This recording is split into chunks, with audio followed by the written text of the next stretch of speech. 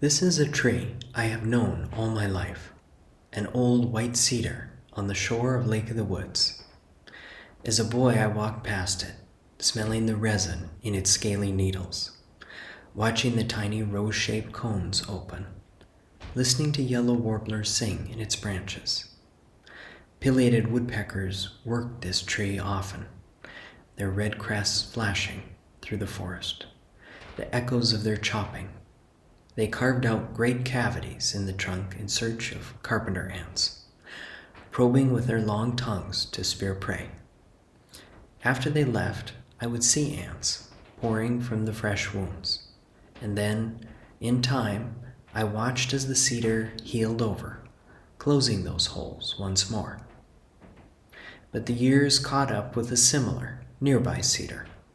The trunk was hollow, leaning toward the cabin, beginning to crack. When I finally felled the tree, I watched the carpenter ants inside, the architects of its hollow heart. Carpenter ants have always fascinated me. As a woodworker, I can't help but see them as kin to beavers and woodpeckers, creatures that also make their living by cutting wood. But unlike termites, they don't eat it. They carve through it, chiseling galleries and chambers to create a home. Their jaws, mandibles, are remarkable tools. Serrated, powerful, and precise, they bite into wood fibers, much as an adze or chisel does in human hands. These ants shape their world with the same principle I see in my craft, the connection of form and function. Carpenter ants also live in a web of relationships. They tend aphids on plants, milking them for honeydew in a partnership not so distant from the way people herd cows for milk.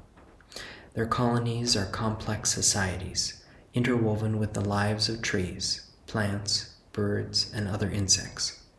The cedar, the woodpecker, and the ants are all part of a cycle. Woodpeckers open cavities to find ants. The tree responds by healing.